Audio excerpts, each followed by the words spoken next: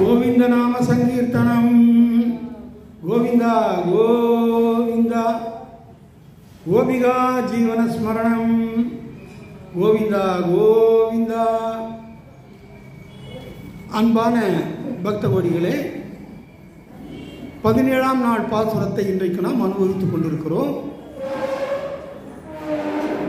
பகவத் சம்பந்தம் உடையவர்களோடு இந்த பெண்கள் எவ்வாறு அவர்களை தூயில் எழுப்புகிறார்கள், தூக்கத்திலே இருந்து எழுந்து வருமாறு கூறுகிறார்கள் என்பதை பார்த்தோம். முதலிலே அந்த நந்தகோபாலருடைய கொடை சிறப்பை பற்றி சொல்லுகிறார்கள். அம்பரமே தண்ணீரே சோரே அறஞ்செய்யும் எம்பெருமான் நந்தகோபாலா எழுந்திராய் என்று சொன்னார்கள்.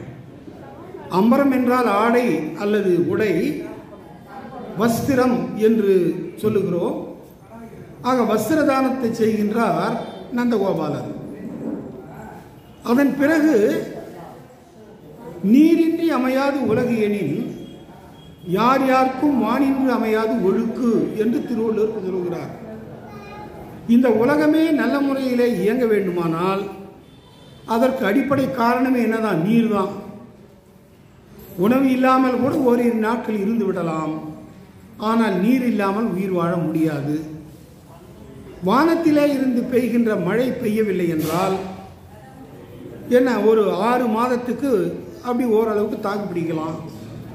இல்லைன்னா அதுக்கு பிறகு எந்த விதமான பயிர் பச்சையும் செழித்து வளராது, உணவுக்கு ஏதும் இல்லாமல் போகும்.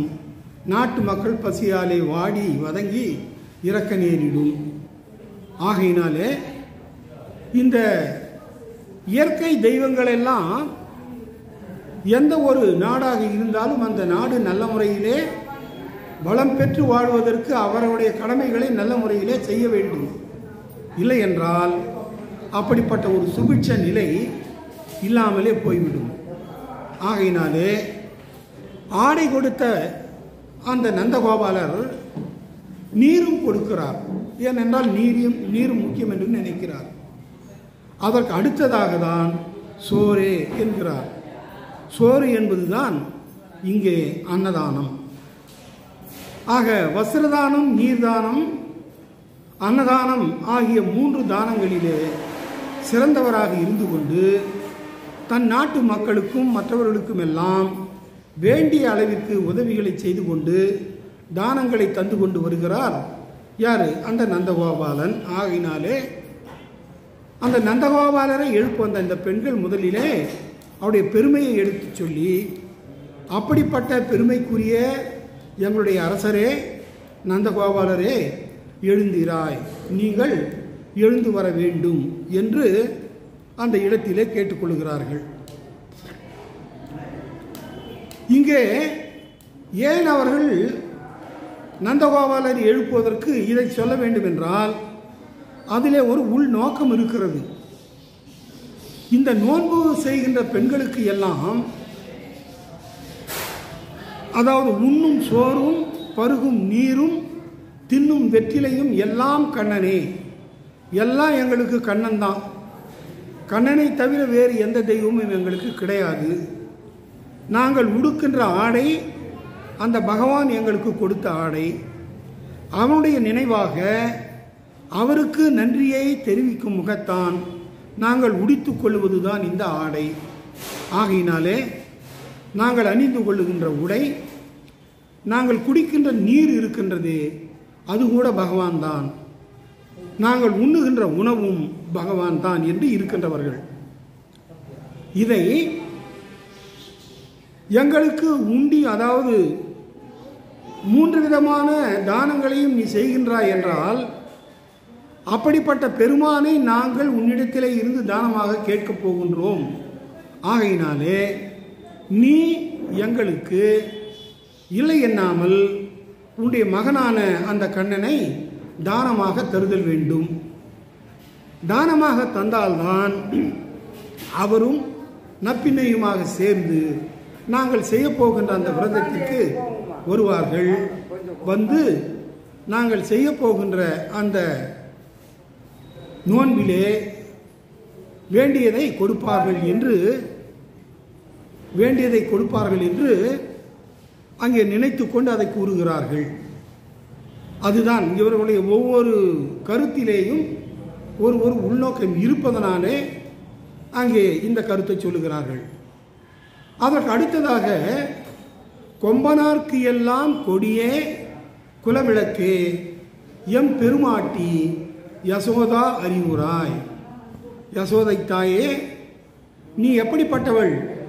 கொம்பனார்க்கு எல்லாம் கொழுந்து, அந்த வஞ்சி கொடி போன்ற அந்த பெண்களுக்கு எல்லாம் கொழுந்து போல இருந்து கொண்டு இந்த கோகுலத்திலே வாடுகின்ற பெண்களுக்கு ஏதேனும் துன்பம் வந்துவிட்டால் அந்த துன்பத்தை உடனே போக்கி அருளுகின்ற தாயாக இருக்கின்றவள் நீதான்.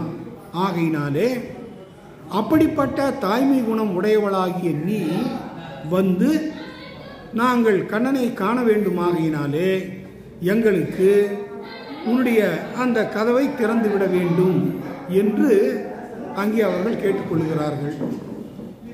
ஆக ஒரு கொடி இருக்கிறதென்றால் அல்லது ஒரு செடி இருக்கிறதென்றால் அது நல்ல முறையிலே வளர்ந்து வருவதை எப்படி தெரிந்து கொள்ளலாம்? அதனுடைய கடைசி நுனி இருக்கிறதே கொழுந்து, அதிலே இருந்து தெரிந்து கொள்ளலாம். அந்த செடியை ஏதாவது பூஞ்சை தாக்கியது, வேறு ஏதாவது அந்த கிருமிகள் தாக்கின என்றால் அது வேர்பகுதியிலே இருந்தாலும் கூட எது முதலிலே பாதிக்கப்படும்? அந்த நுனியிலே இருக்கின்ற அந்த கொழு கொம்பு தான் முதலிலே பாதிக்கப்படும். அதுதான் முதல்ல வாடி வதங்கிடும். அது வதங்கிச்சின்னா செடி செழித்து வளராது என்பதற்கு அர்த்தம். ஆக இந்த கோகுலத்திலே வாழுகின்ற எங்களுக்கு ஏதாவது துன்பம் என்று வந்துவிட்டால் அதை நீ பொறுத்து கொள்ள மாட்டாய்.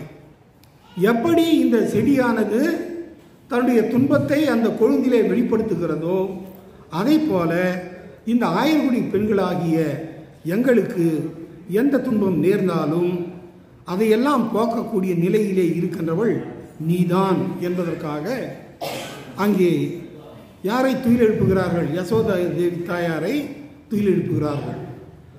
எனவென்று கொம்பனார்க்கு எல்லாம் கொடியே குல விளக்கே, அந்த யாதவர் குலத்தினுடைய விளக்காக இருக்கின்றவள். யாதவ குல பெண்களுக்கு ஏதேனும் துன்பம் வந்துவிட்டால் அந்த துன்பம் என்பது இருள் என்றால் அந்த இருளை போக்குகின்ற விளக்காக இருப்பவள் நீதான். ஆகையினாலே இப்பொழுது நாங்கள் எல்லோரும் முன்னிடத்திலே ஒரு கோரிக்கைக்காக வந்திருக்கிறோம், கோரிக்கை வைக்கப் போகிறோம். அந்த கோரிக்கையை இல்லை என்னாமல் நீ எங்களுக்கு நிறைவேற்றி தர வேண்டும் என்ற அந்த உத்தரவாதத்திற்காக இங்கே அந்த யசோதா தேவியை துயில் எழுப்புகிறார்கள் இந்த பெண்கள். அதைத்தான் கொம்பனார்க்கெல்லாம் கொழுந்தே குலவிளக்கே எம் பெருமாட்டி, எங்களுடைய தாயாக விளங்குகின்றவளே யசோதா பிராட்டியே அறிவுராய், நீ அறிவுற வேண்டும். இன்னும் அறிவுற வேண்டும்னா நீயும் துயிலிருந்து வர வேண்டும் அப்படின்றது அர்த்தம். இப்போ அங்கே நந்தகோபாலா எழுந்திராயின்னு படுக்கையிலே இருக்கின்றார், அவரை எழுப்புவதாக பார்த்தோம். இந்த அம்மா வந்து அறிவுராய் என்று சொல்லுகிறார்கள். அறிவுராய் என்பதனாலே நீ விழித்து கொண்டுதான் இருக்கிறாய், இருந்தாலும் எங்களுக்கு அந்த கதவை திறந்து விட்டு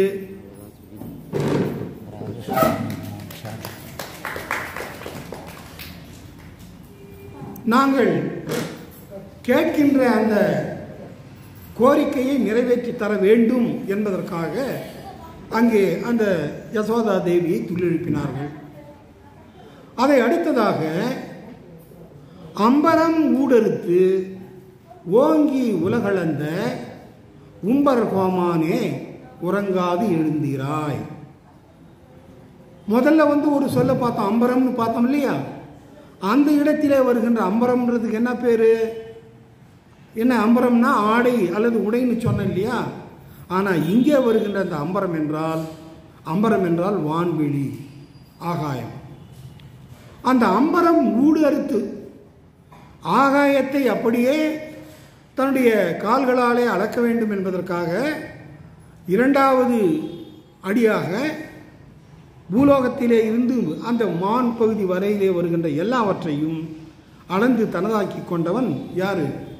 அந்த திரிவிக்கிரமன், வாமனன். வாமனனாக வந்து திரிவிக்கிரமனாக வளர்ந்து என்ன ஈரடியும் மூவுலகத்தையும் 2 அடிகளாலே என்ன அளந்து எடுத்துக்கொண்டவர். ஆகையினாலே அதை இங்கே குறிப்பிட்டு சொல்கிறார்கள். அம்பரம் ஊடு அறுத்து அந்த ஆகாயத்திற்கு மேலேயும் சென்று ஓங்கி உலகளந்த, அதான் மிகப்பெரிய அந்த விஸ்வரூபம் எடுத்து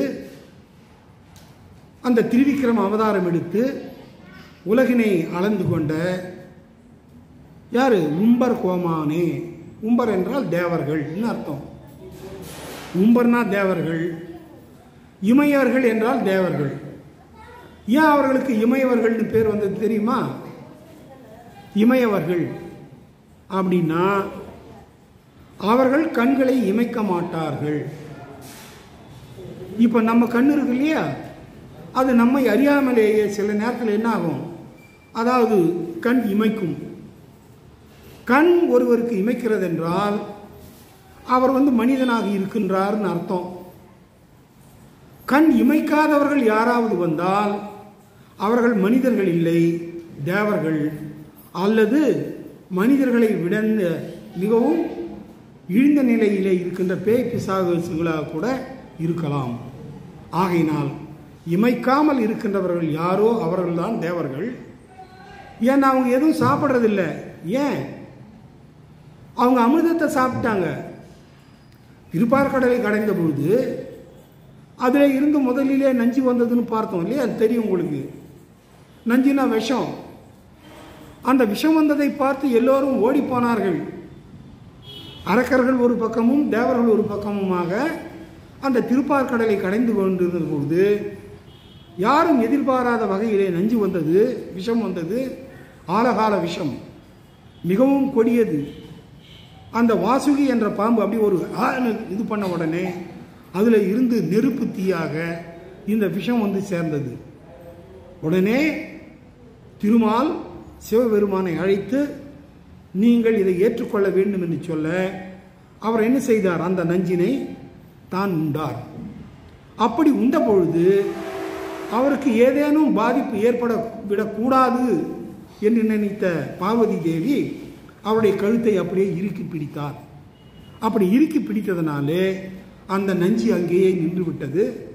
ஆகையினால் நீங்கள் சிவபெருமானுடைய படத்தை பார்த்தீங்கன்னா இந்த கழுத்தில் என்ன இருக்கும்? அந்த நீல நிறத்தில் ஒரு இது இருக்கிற மாதிரி தெரியும். அதுதான் நஞ்சு. திரு நீலகண்டர், அவருக்கு என்னன்னு பேரு? அந்த நீளமான கண்டத்தை உடையவர் அப்படின்னு அர்த்தம். ஆக இமையவர்கள் என்றால் இமைக்க மாட்டார்கள். இங்கே உம்பர் என்று சொல்லாலே குறிப்பிடுகிறாள் ஆண்டாள் நாச்சியார். ஆக உம்பர் கோமானே, தேவாதி தேவர்களுக்கு எல்லாம் தலைவனே. மொத்தம் 33 கோடி தேவர்கள் இருக்கிறார்கள். அதிலே பல வகைகள் இருக்கிறார்கள்.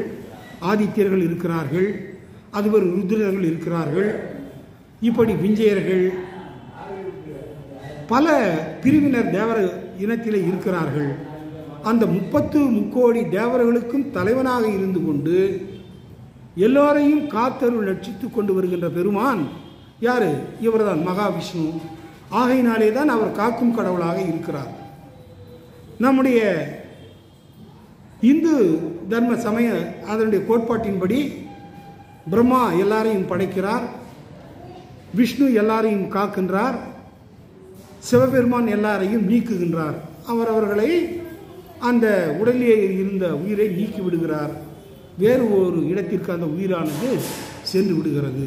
ஆகையினால் அப்படி உம்பர் கோமானே, கோமானா தலைவன் அப்படின்னு அர்த்தம். உம்பர் கோமானே உறங்காது எழுந்திராய் என்று இந்த இடத்திலே சொல்லுகிறார்கள். இப்போ கிருஷ்ணருக்கு தன்னுடைய தந்தையார் தானம் செய்கிறது தெரியுது இல்லையா? ஏன்னா அவருக்கு தெரிந்த நிலையிலே தான் இந்த 3 வகையான தானங்களையும் செய்து கொண்டு வருகிறார் நந்தகோபாலர். அதே மாதிரி ஒரு தானத்தை தான் யாரும் செய்தான், மகாபலி சக்கரவர்த்தியும் பண்ணான் இல்லையா? இதுக்கு முன்னாடி கூட சொன்னோம் இல்லையா, 4 அடி அந்த சிறுவனாக வந்து விஸ்வரூபம் எடுத்து மூவுலகையும் அளந்து கொண்டார்னு பார்த்தோம் இல்லையா? அந்த மகாபலி சக்கரவர்த்தி என்கின்ற மாவலி சக்கரவர்த்தி அந்த யாகம் செய்தது அஸ்வமேத யாகம். எத்தனையாவது அஸ்வமேத யாகம் அது? 100வது அஸ்வமேத யாகம். அந்த 100வது அஸ்வமேத யாகத்தை இவன் நல்ல முறையிலே நடத்தி முடித்து விட்டால் தனக்கு இந்திர பதவி கிடைக்கும் என்ற ஒரு நோக்கத்திற்காக, சுய லாபத்திற்காக அவன் அவ்வாறு செய்து கொண்டிருக்கிறான், செய்தான். ஆகையினாலே தான் அந்த இந்திரன் உபேந்திரனை அனுப்பி அதை தடுத்து நிறுத்தி சொல்ல, இவர் வாமனனாக வந்து திருவிக்கிரமாக வளர்ந்து அந்த யாகத்தை தடுத்து நிறுத்தினார் என்று எல்லா இடங்களிலும், அதாவது இந்த வாமன அவதாரத்தை பெரும்பாலும் எல்லா ஆழ்வார்களும் புகழ்ந்து பாடியிருக்கிறார்கள். அப்போ மகாபலி சக்கரவர்த்தி யாகத்திலே தான தர்மம் செய்கிறான் அப்படின்றதுக்காக அவன் செய்ய விடாமல் தடுத்த அதே கிருஷ்ணன் இப்பொழுது எங்கே வாழ்ந்து கொண்டிருக்கிறான்? நந்தகோபாலுடைய அரண்மனையிலே வாழ்ந்து கொண்டிருக்கிறான். அந்த கிருஷ்ணனுடைய கண்ணனுடைய தந்தையாகிய நந்தகோபாலர் இந்த தானங்களை எல்லாம் செய்து கொண்டு வருகிறார். ஏன் அவர் அதை தடுக்கவில்லை? அந்த இடத்திலே தடுத்தவர் ஏன் தன்னுடைய தந்தை செய்வதை தடுக்கவில்லை என்றால், அதுதான் அந்த மகாபலி சக்கரவர்த்தி செய்தது என்னது? சுயநலம் கருதியது. ஆனால் நந்தகோபாலர் செய்வது சுயநலம் அற்றது. தான் ஒரு அரசனாக இருப்பதனாலே தன் நாட்டு மக்கள் அனைவரும் நல்ல முறையிலே வாழ வேண்டும், சுபிட்சமாக வாழ வேண்டும் என்பதற்காக இவர் இந்த தான தர்மங்களை எல்லாம் செய்கிறார். ஆகையினாலே நம்முடைய நந்தகோபாலர் செய்த தானத்தை யார் தடுக்கவில்லை? கிருஷ்ணர் தடுக்கவில்லை அப்படின்ட்டு ஒரு அர்த்தம். இரண்டாவது, பெரியவர்கள் செய்தது, தாய் தந்தையர் செய்தது அந்த குழந்தைகளுக்கும் தானாக வரும் என்று சொல்லுவார்கள். அப்படி பார்க்கின்ற பொழுது இங்கே நந்தகோபாலர் எந்த தானத்தை செய்கிறார்? முதலில் அம்பரம், உடை, ஆடை கொடுத்தார். அந்த குணம் அப்படியே யாருக்கும் வந்து விட்டது? கிருஷ்ணருக்கும் வந்து விட்டது. ஆகையினாலே தான் அந்த திரௌபதியை அரச சபையிலே அவள் அணிந்து கொண்டிருக்கின்ற ஆடைகளை எல்லாம் களைந்து அவளை அவமானப்படுத்த வேண்டும், மானபங்கப்படுத்த வேண்டும் என்று நினைத்து என்ன செய்தான்? அந்த துச்சாதனன் துரியோதனுடைய ஆணையை கேட்டு துயில் உரிந்தான். அப்போ எவ்வளவோ என்ன செய்கின்றாள் திரௌபதி? தடுத்து பார்க்கிறாள், இறுக்கிக் கொள்ளுகிறாள், அந்த ஆடையை பிடித்து இழுக்காமல் இருக்குமாறு செய்கிறாள். ஆனால் எது செய்து முடியவில்லை. கடைசியாக இனிமேலும் தன்னைத்தானே காப்பாற்றிக் கொள்ள முடியாது, தனக்கு தன்னுடைய அண்ணனான கிருஷ்ணன் தான் உதவி செய்ய வேண்டும் என்று நினைத்த அவள் தன்னுடைய 2 கைகளையும் கூப்பிக்கொண்டு ஹரி ஹரி ஹரி ஹரி என்று கோவிந்தா கோவிந்தா என்று துதிக்க, உடனே துவாரகையிலே இருந்து அஸ்தினாபுரத்திலே நடைபெறுகின்ற அந்த அரச சபைக்கு என்ன செய்கிறார்? பகவான் கிருஷ்ணர் ஆடைகளை எல்லாம் அனுப்பி கொண்டே வருகிறார். வண்ண வண்ண ஆடைகளாக, இழுக்க இழுக்க குறையாதவையாக வளர்ந்து கொண்டே வந்தன. எவ்வளவோ இழுத்து பார்த்தும், எத்தனையோ ஆயிரக்கணக்கிலே ஆடைகளை நீக்கினாலும் அங்கே திரௌபதியினுடைய மானம் காக்கப்பட்டது. ஆகையினாலே அந்த நந்தகோபாலர் செய்த வஸ்திர தானம் கிருஷ்ணருக்கும் வந்தது. ஆகையினாலே தான் அவர் திரௌபதிக்கு துகில் கொடுத்து காத்தார் என்பதை நாம் இங்கே எடுத்துக்கொள்ளலாம். ஆக அந்த யசோதா பிராட்டியை துயில் எழுப்பி விட்ட பிறகு இவர்கள், உம்பர் கோமானே, தேவாதி தேவனே, நீதான் உண்மையாக இந்த அகில அண்டத்திற்கே தேவன், யாம் கடவுள் என்றிருக்கும் எவ்வுலக தேவருக்கும் ஆம் கடவுள் நீ என்றோ அரங்கமானகருளானே என்று பிள்ளை பெருமாள் ஐயங்கார், திவ்ய கவின்னு பேர் அவருக்கு, அவர் பாடுறார். ஆக எத்தனையோ கடவுள்கள், நான் தான் கடவுள், நீ தான் கடவுள் என்று சொல்லிக்கொண்டு பல கடவுளர்கள் எல்லாம் அவதாரம் எடுத்தாலும் அந்த எல்லா கடவுளர்களுக்கும் தலைவனாக இருக்கின்றவன் நீதான் என்று சொல்லுவதைப் போல இங்கே அந்த பகவான் பரமபதத்திலே இருக்கின்ற பகவான் திருப்பார் கடலிலே வியூக நிலையிலே இருந்து அந்த விபவ நிலை என்கின்ற இந்த அவதாரத்தை எடுத்து வந்தார். ஆகையினாலே அங்கே அந்த கிருஷ்ணனை என்ன சொல்லுகிறார்கள்? உறங்காது எழுந்திராய் என்று சொல்லுகிறார்கள். கண்ணன் உறங்கிக் கொண்டிருக்கிறான். அப்படி உறங்காது எழுந்திராய்ன்னு சொன்னாலும் அதிலே ஒரு உள்ளர்த்தமும் இருக்கிறது என்று நாம் எடுத்துக்கொள்ள வேண்டும். என்னன்னா, நீ இன்னும் உறங்கிக் கொண்டிருக்கிறாய், ஆனால் நீ எதற்காக அந்த பரமபதத்திலே இருந்து இறங்கி பூலோகத்திற்கு கிருஷ்ணனாக அவதாரம் எடுத்து வந்தாய்? எதுக்கு? அரக்க வதைக்காக இல்லை, அரக்கர்களை அழிக்க வேண்டும், அதர்மத்தை அழிக்க வேண்டும், நல்லவர்களை காக்க வேண்டும். அதுதானே உன்னுடைய நோக்கம். அந்த நோக்கத்தை விட்டு இன்னும் நீ உறங்கிக் கொண்டிருந்தால் நீ எப்பொழுது பகைவர்களை அழிக்கப் போகிறாய்? நீ உறங்க வேண்டும், தூங்க வேண்டும் என்று நினைத்தால் நீ அங்கேயே இருந்து தூங்கிட்டு இருக்கிறதானே. எங்க? உன் இருப்பிடமான அந்த வைகுண்டத்திலேயே தூங்கிட்டு இருக்கிறதானே. அதை விட்டுட்டு இங்க வந்து கிருஷ்ணனாக பிறந்து இன்னும் நீ உறங்கிக் கொண்டிருக்கிறாய் என்றால் நீ எப்பொழுது அந்த அசுரர்களை வதைக்கப் போகிறாய்? எப்பொழுது அதர்மிகளை அழிக்கப் போகிறாய் என்பதற்காக அந்த பெண்கள் கிருஷ்ணனை அவனுடைய குறையை சொல்லி தட்டி எழுப்புகிறார்கள் என்பது இங்கே நாம் அந்த உள்ளுரை பொருளாக எடுத்துக்கொள்ள வேண்டும். ஆக நம்முடைய ராமர் வேணுமானால் 11,000 ஆண்டுகள் இந்த நில உலகத்திலே வாழ்ந்தார். வனவாசம் முடிந்து திரும்பிய பிறகும் ஸ்ரீராமராக பட்டாபிஷேகம் செய்து கொண்டு அதன் பிறகு பல 1000 ஆண்டுகள் வாழ்ந்தார். 11,000 ஆண்டு காலம் அங்கே ராமராஜ்யத்தை நிறுவினார். ஆனால் கிருஷ்ண பகவான் எடுத்து வந்த அவதாரத்தின் மொத்த காலப்பகுதி எவ்வளவு? 125 ஆண்டுகள் தான். அந்த 125 ஆண்டுகளிலே எல்லா அசுரர்களையும் முடிக்க வேண்டும், வதைக்க வேண்டும், அதர்மர்களை அழிக்க வேண்டும், தர்மர்களை காக்க வேண்டும். இல்லை, அதற்காக தானே வந்தாய். அதை மறந்துவிட்டு நீ இன்னும் உறங்கிக் கொண்டிருப்பது நல்லது அல்ல. நீ வந்த நோக்கத்தை விட்டு சொல்லுவாங்க, வந்த வேலையை விட்டுட்டு பந்த காலம் பிடிச்சிருந்தான்னு சொல்லுவாங்க. அதை போல நீ வந்ததை விட்டுட்டு வேறு என்னமோ நீ பண்ணிட்டு இருக்கிற, தூங்கிறதுக்கு வர்றதுன்னா நீ இங்கே அங்கேயே இருந்து விட்டு பார்க்கறதானே அப்படின்ற மாதிரி இந்த இடத்திலே அவர்கள் அந்த பகவானுடைய செயலை என்ன குற்றம் சொல்லி எழுப்புகிறார்கள் கூட என்று நாம் எடுத்துக்கொள்ளலாம். ஆகையினால் அம்பரம் ஊடறுத்து, அப்போ அம்பரம்ன்றதுக்கு 2 சொல் பார்த்தோம். முதல்ல ஆடை, 2வது ஆகாயம். அம்பரம் ஊடறுத்து ஓங்கி உலகளந்த உம்பர கோமானே உறங்காது எழுந்திராய். அப்போ கிருஷ்ணனை எழுப்புவதற்காக தான் வந்தார்கள்.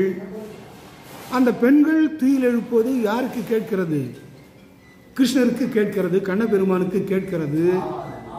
ஆனால் அவரிடத்திலே இருந்து எந்த விதமான பதிலும் வரவில்லை. என்னடா இது, நாம் இவ்வளவு தூரம் சொன்னோம், இன்னும் பகவான் கண்ணன் வரவில்லையே என்று நினைத்து, ஒருவேளை அதற்கடுத்து கடைசி கட்டிலே இருப்பவர் யாரு? பலராமர். அவரை எழுப்பினால் ஒருவேளை அண்ணனும் தம்பியுமாக சேர்ந்து வருவார்களோ என்னமோ என்று நினைத்து இங்கே பலராமனை அடுத்ததாக, அதாவது நான்காவதாக துயில் எழுப்புகிறார்கள். என்னவென்று, செம்பொன் கடலடி செல்வா பலதேவா உம்பியும் நீயும் உறங்கியலோர் எம்பாவாய். பலதேவா, பலராமரே, செம்பொன் கடலடி செல்வா பலதேவா. ஒன்று அதாவது நல்ல பொன்னாலே செய்யப்பட்ட கழலை அணிந்த திருவடிகளை உடையவரான பலராமரே என்று அர்த்தம். செம்பொன் கழல். கழல்னா அந்த வீரத்தின் அடையாளமாக அரசர்களும் ஆண்களும் அந்த காலத்திலே அணிந்து கொள்வது என்னது? கழல்னு பேர். பெண்கள் தங்களுடைய கற்பின் அடையாளமாக தங்களுடைய பாதங்களிலே அணிந்து கொள்வது, கால்களிலே அணிந்து கொள்வது என்னது? சிலம்பு. சிலம்பு தெரியும் இல்லையா? சிலம்பு, சிலப்பதிகாரம், கண்ணகி. சிலப்பதிகாரம் எதை கருப்பொருளாக கொண்டிருக்கிறது? அந்த சிலம்பையை உடைச்சி அந்த கோப்பெருஞ்சோழன் செய்தது தவறு அப்படின்றது நிரூபணமாகிறது.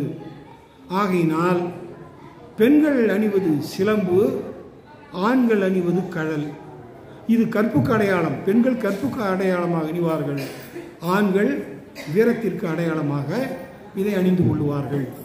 ஆகையினாலே செம்பொன் கழலடி செல்வா. செல்வா என்றால் செல்வ வளம் பொருந்தியவனே அர்த்தம்.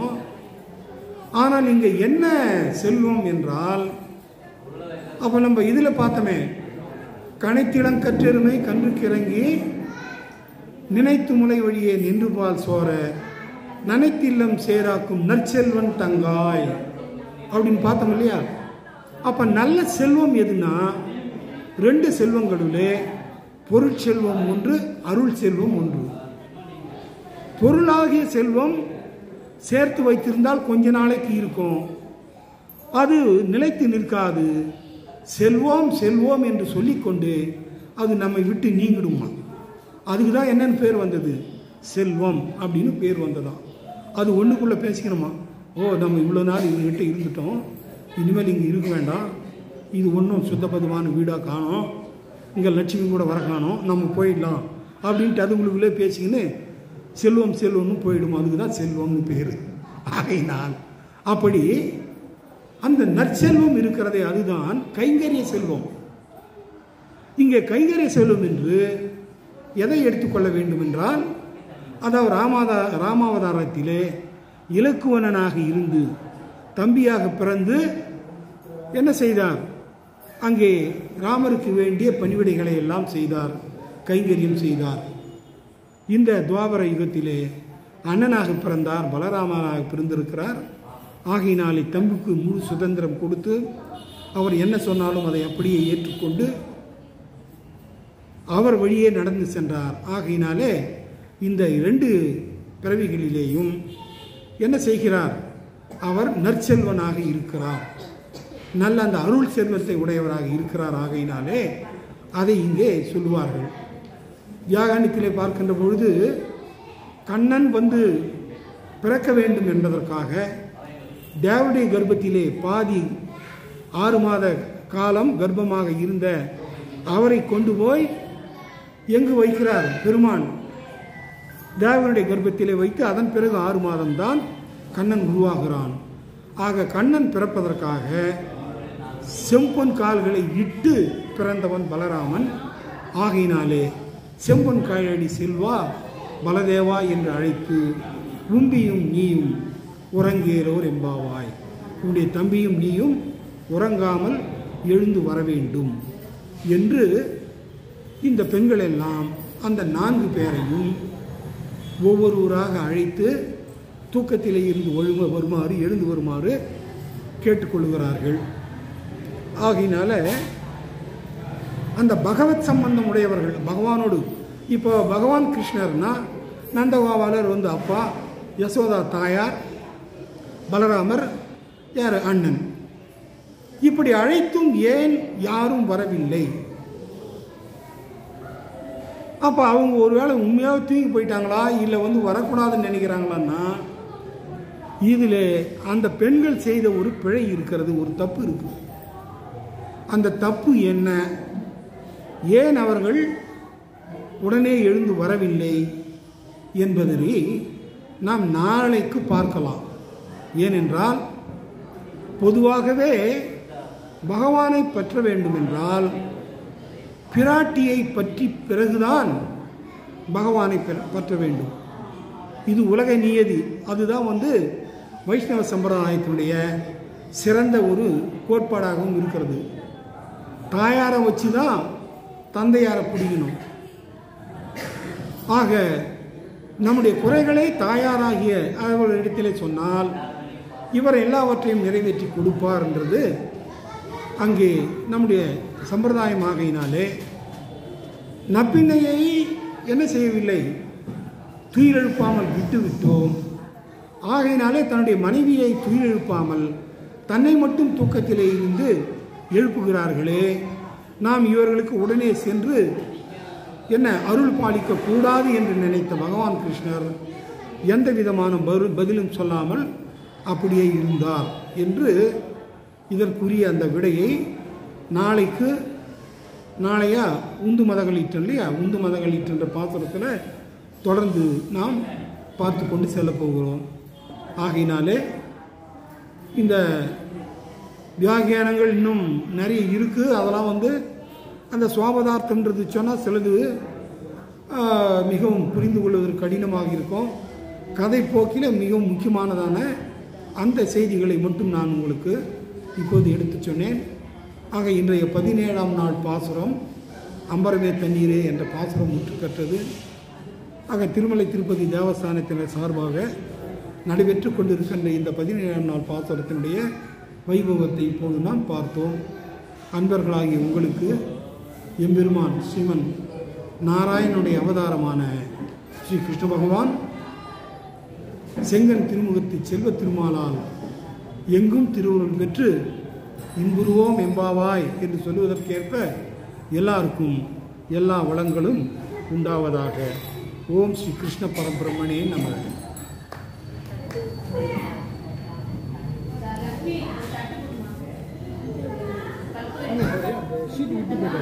ஏன் சாமி இல்லையே, இல்லைங்க, எங்க விட்டாரா?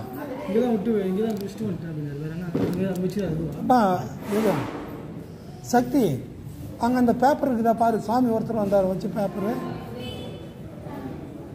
இருக்குதா பாருங்க. அதில் கொண்டாங்க 2 இருக்கா பாருங்க. எல்லாம் திட்டாங்க. சரியான ஒரு நாள் காலையில் ஒரு 8 மணிக்கு வந்துட்டு ஃபோன் பண்ணுறாருன்னா பஸ்ஸை நம்ம கொஞ்சம் கொடுத்துட்டு பார்ப்போம். இல்லைன்னா எனக்கு கொரியர் அனுப்புறேன்னு கேட்டேன். கொஞ்சம் கொடுத்துருங்க. சரி நான் கொடுத்துறேன்.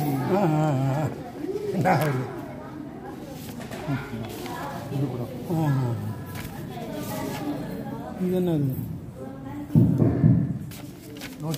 நோட்டீஸ்? நம்ம கூட 2 நோட்டீஸ் கொடுத்துடலாம். இருங்க கொஞ்சம் அவர் நம்பர் தரனாரா? நம்பர் கொடுத்தாரு. அவர் என் நம்பர் வாங்கி ஃபோன் பண்ணுறாரு. சரி ரைட்டு. இந்த மாதிரி சாமி அவ்வளோ சீக்கிரம் வர கொஞ்சம் கஷ்டமாக இருக்கும் அப்படின்னு சொன்னார். அப்படின்னு சொல்லி இது நம்ம நோட்டீஸ் இதையும் கொஞ்சம் கொடுத்துட்றீங்களா? ரொம்ப நன்றி. உங்கள் பேர்? சதீஷ். ரொம்ப நன்றி. இங்கே வேலூர் தானுங்களா? சாமி பக்கத்தில் தான். ரொம்ப நல்லது, ரொம்ப மகிழ்ச்சிங்க. சாமி கொடுத்துருங்க. இல்லை பரவாயில்ல. இல்லை ஒரு 5 நிமிஷம் முடிச்சுட்டு அவர்கிட்ட கொடுக்கணும். அதான் நாளை காலையில் தான் தர சொன்னார். 8 மணிக்கு ஃபோன் பண்ணுறாங்க. நாளை காலையில் 8 மணிக்கு முடியாத போகிறாருன்னா போயிட்டு வரப்போ நான் அங்கேருந்து ஃபோன் பண்ணுறேன். நீங்கள் இங்கே எடுத்து கொடுத்துருங்க.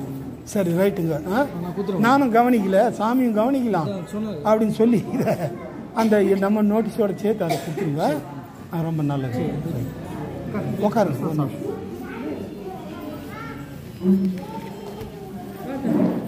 ஏங்க போனவன் போனாண்டி பாட்டில் போச்சு ஓகையா. ஏம்மா யாருன்னா என்னுடைய அந்த மஞ்சள் கலர் பாட்டில் தண்ணி குடிக்கிற பாட்டில் பார்த்தீங்களாம்மா? ஆமாம் சார், ஆமாம். நேற்று விட்டு போயிட்டு இருக்கிறேன். இந்த சாமி இருந்திருந்தா எல்லாத்தையும் எடுத்து போட்டுட்டு இருப்பாரு.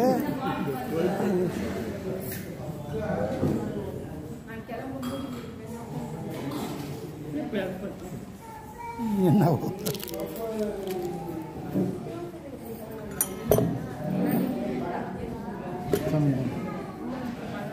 சபா எபா நீ முக்கியமா இல்லையாடா?